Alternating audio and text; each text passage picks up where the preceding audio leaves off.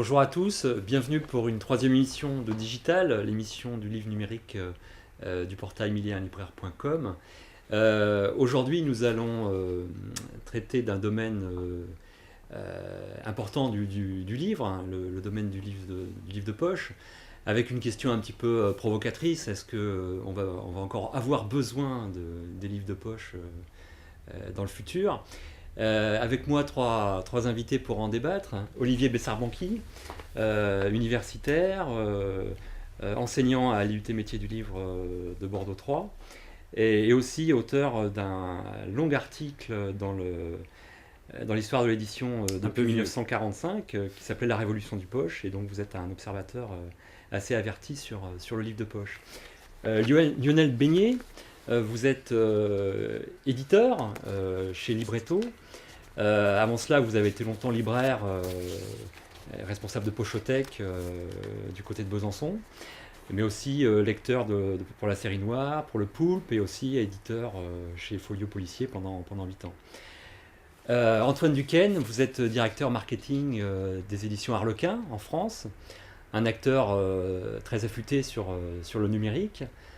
Donc on verra avec vous les particularités de ce secteur, où vous êtes en avance par rapport à d'autres, et de voir un petit peu les implications sur le livre de poche.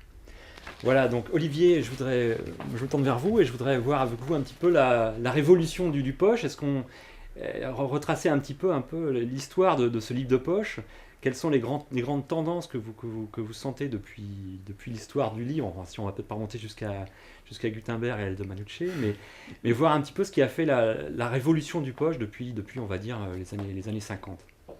En fait, c'est vrai que le poche, c'est une révolution qui a démarré il y a déjà longtemps, puisqu'en effet, la démocratisation du livre a été véritablement entamée au XIXe siècle.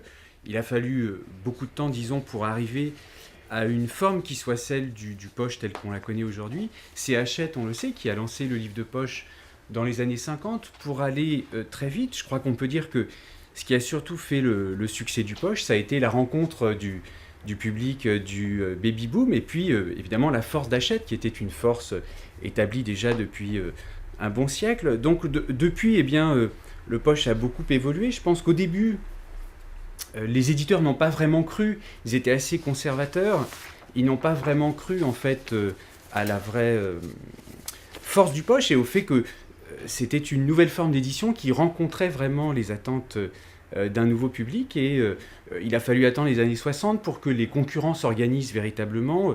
Presse Pocket est apparu dans les années 60, GF également, Garnier Flammarion, quelques autres, 10-18. Donc petit à petit, le poche s'est installé dans le paysage, a vraiment gagné ses lettres de noblesse, et donc petit à petit, il s'est, c'est vrai, rapproché un petit peu de l'édition traditionnelle, il s'est beaucoup développé. Donc aujourd'hui, on trouve quasiment tout en poche, enfin en tout cas des essais, beaucoup de littérature, même des livres pratiques et mille autres choses. Et puis, quand le poche s'est vraiment rapproché de l'édition traditionnelle, le livre à 10 francs, le livre, disons, beaucoup moins cher est arrivé, puisque de fait, le poche était devenu de plus en plus cher, et puis parfois plus beau, plus luxueux, etc. Donc aujourd'hui, il est évident que le poche représente une énorme partie. Je ne sais pas si vous voulez citer des chiffres, mais en littérature, on sait que 2 titres sur 3 sont achetés en poche, et on sait que le chiffre d'affaires du poche est aujourd'hui énorme. Donc c'est évidemment assez simple de considérer qu'aujourd'hui, tout le monde a un rapport au livre de poche. Le livre de poche est une des formes du livre tout à fait courante. On a beaucoup parlé de démocratisation du public au moment de la sortie du livre de poche. Est-ce que vraiment vous pensez que c'est un aspect très, très important de son évolution? Il est évident que... Désacralisation du livre. Désacralisation à coup sûr, puisqu'il s'agit d'un objet qui n'est plus ce bel in-octavo des temps anciens, ce n'est plus un ouvrage auquel on va apporter le plus grand soin, il s'agit d'un ouvrage que l'on veut vendre le moins cher possible. En effet, dans une volonté de démocratisation évidente, il n'est pas sûr que le poche en soi soit un opérateur de démocratisation. C'est-à-dire qu'il ne suffit pas de vendre moins cher pour tout d'un coup séduire des gens que la lecture en soi ne passionne pas. Donc il me semble qu'il n'est pas prouvé, si vous voulez, que le poche ait véritablement été l'élément permettant une véritable démocratisation de la lecture de textes, notamment de littérature. Mais ce qui est sûr, c'est que de toute façon, si on aime les livres, on pourra en acheter plus puisqu'ils sont moins chers. Pour la même somme, on pourra avoir plus de livres.